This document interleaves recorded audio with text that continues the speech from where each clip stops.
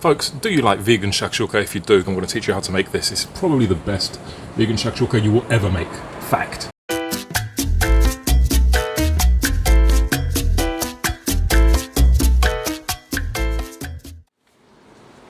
Greetings, beautiful people. Welcome back to Uncle Lou's Kitchen. What is cracking, folks? Today I'm going to be making a traditional Middle Eastern dish, originally Turkish, as is pretty much every Middle Eastern dish, called shakshuka. To those of you who don't know, it's got eggs in it, and it's eggs with tomatoes and green peppers. I'm doing a vegan version here. If you don't know about me or you didn't read my bio, I grew up in the Middle East, and this is something that I've been eating since I was basically that big. Folks, don't look for gimmicks here. There's not going to be the yellow of the egg. I'm not here to make it look pretty. If you want that, go and see Gaz. No, don't do pretty, right? There's no Michelin stars here. We do yummy. So there's enough here for 4 portions. I'm going to be showing you all the steps. If you want to make a little bit less, just make a little bit less. I hope you enjoyed this video, folks. If you like vegan, plant-based recipes or animals or animal products on the channel, hit the like button, hit subscribe. It helps my channel to grow, and it shows the world that you can make pretty much anything vegan, and we don't just eat lettuce all day. Guys, let's get cooking. And as always, folks, the full recipe will be in the description. Now you may be wondering why I'm using a mix of tinned tomatoes and fresh tomatoes. It's just the way it is. You just use any type of tomatoes that you want, as long as you've got enough for this recipe. You can also use passata. Any type of tomatoes is fine. Okay, folks, this step is not a must. If you have a gas fire, do use it. It just gives it a nice charred kick to it. I love it. You're basically just got to burn the peppers. That's all we're doing here. From all angles, make it blister, make sure it gets nice and browned. And that's the first step. Next, we're going to do a cross slit on the tomatoes, and we're going to dunk them into boiling water. And you'll see why that is. That's just going to help us to peel them. Next, we're going to move on to slicing our chilies and our peppers. And now we're going to fry up our garlic and spices in some olive oil. This is all happening on a very low flame. The whole point is to slow cook this. Low flame, let all the flavors infuse, and just chuck everything in. This video has been very, very sped up, so we're looking, up until this point, about 5-10 minutes maybe have passed. Now I'm going to show you the tomato. As you can see, very easy.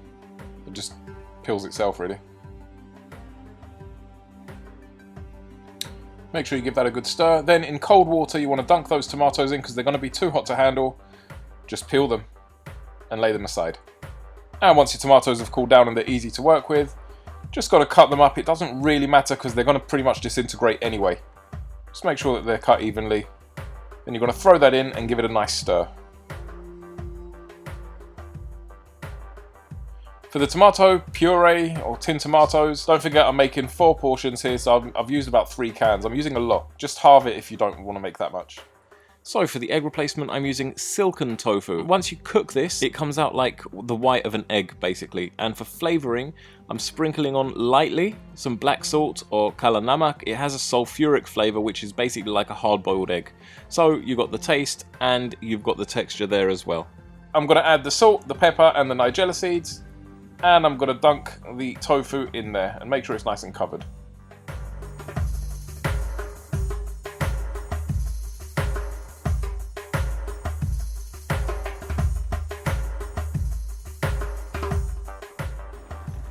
So I've ended up adding the 2 blocks of the tofu.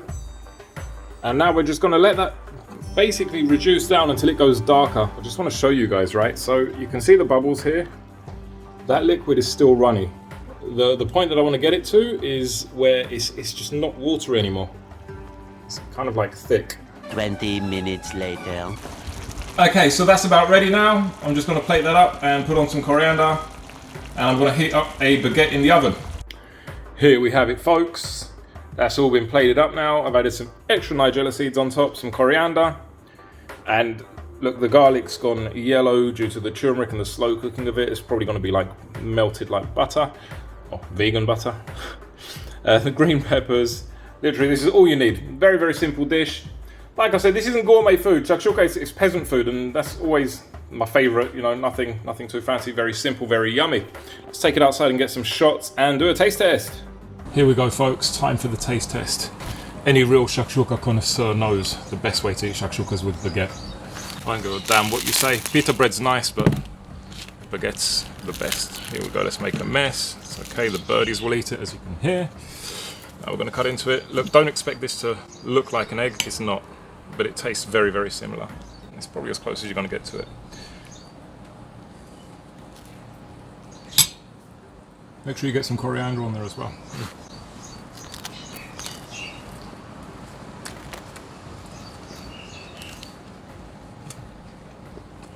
That's how it's done, right? Oh, wicked. Each and every time. You need the coriander in there to give it that freshness at the end. The nigella seeds give it a lovely kick. It's just interesting. It's just an interesting thing to bite into. There is a quicker way of making this if you just use a frying pan and just chuck everything in, but I prefer mine slow cooked. You can get it like let all the flavors infuse and stuff. Yeah, particularly if I'm making it for a large family or people that I want to impress.